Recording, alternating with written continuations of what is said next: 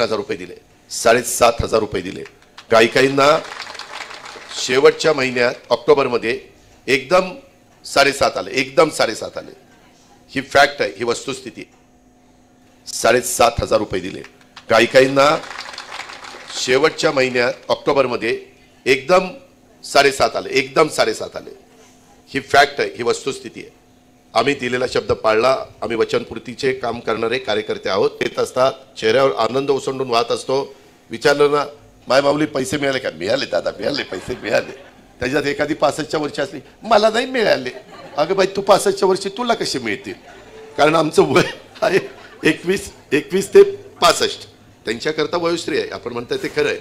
पण आता ह्या पद्धतीचं हे सगळं चाललेलं आहे.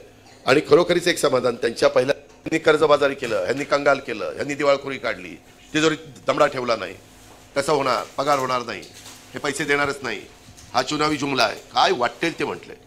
आम्ही जुलै ऑगस्टचे पैसे ऑगस्टला दिले, कारण जुलैला योजना जाहीर केल्यानंतर तुमच्या सगळ्यांचे, त्या लाभार्थींचे आधार कार्डची लिंकअप वगैरे करण्याच्या करता आम्हाला सगळ्यांना सरकारला 1-1.5 महिना गेला. ऑगस्ट एंडला साधारण 15 ऑगस्टच्या दरम्यान आम्ही तुम्हाला 3,000 रुपये पाठवले. सप्टेंबरला 1,500 रुपये पाठवले. पैसे पाठवल्यावर म्हणले लवकर पैसे काढून घ्या, परत पैसे तुमचे काढून घेतील. आता ह्यांच्या काकाने सांगितलं होतं का? भाऊबी रक्षाबंधन होतं, ओवाळणी दिलेली होती. ओवाळणीच्या नात्याने बहिणीच्या ओवाळणी ज्यावेळेस आपण देतो ती तिच्या करता चालते. आम्हाला तिला सक्षम करायचंय, आम्हाला तिला सबल करायचंय. पण असलं काहीतरी कंड्या उठवायचे. कोर्टात टिकलं नाही. सभांमध्ये सांगितलं आम्ही आल्यावर हे बंद करू, परंतु आता तर आणलं की आम्ही 3,000 रुपये देणार. अरे, मला 1,500 देता येत नव्हते, तू कुठनं 3,000 रुपये देणार आहे? का खोटं बोलता?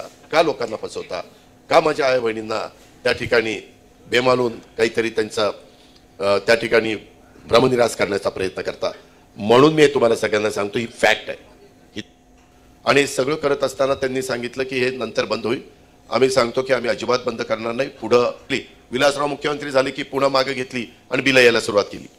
मी, देवेंद्र आणि एकनाथराव फार विचारपूर्वक आम्ही काय केलं, विजेच्या बाबतीमध्ये आम्हाला ही वीज तुमच्यापर्यंत पोहोचवायला 7 रुपये खर्च येतो. सोलरची वीज तुमच्यापर्यंत पोहोचवायला आम्हाला 3 रुपये खर्च येतो. त्याच्यावर तिथं जी बचत 3 किंवा 3.5, तर त्याच्यात बचत जी झाली 3.5 रुपये, त्याच्यातनं आम्ही ही वीज शेतकऱ्यांना दिवसा देणार. त्यांना शेती पंपाला दिवसाच वीज पाहिजे, रात्री नकोय. रात्री कुठं बिबटे निघतात, गवे निघतात, काही साप विंचू काटे असतात, त्याच्यामुळं त्याचाही जीव धोक्यात असतो. म्हणून हे सगळं केलेलं आहे. आम्ही कुठंतरी त्याच्याशी लिंकअप केलंय. आम्ही काही जादूची कांडी फिरवली नाही. 6.5 लाख कोटी रुपयाचं आपलं बजेट होतं, त्याच्यातनं 75,000 कोटी रुपये इकडे काढले. 3-3.5 लाख रुपये पगार, पेन्शन आणि घेतलेल्या कर्जाचं व्याज द्यायला आम्हाला लागतात. आता हा सगळा हिशोब मला तोंडपाठ आहे. ह्यांनी सांगितलं त्याला खर्च आहे 3 लाख कोटी. आता 3.5 ह्याला खर्च, 3 लाख त्याला खर्च, 6.5 लाख. पत्रकारांनी त्यांना विचारलं हे कसं काय गणित जुळवलं? आमचा हिशोब ठरला आहे, पण आम्ही सांगणार नाही. आम्ही सांगितलं की समोरचे जागे होतील आणि मग आमचा प्लॅन फ्लॉप होईल. त्यांच्या काकांनी फ्लॉप ठेवला.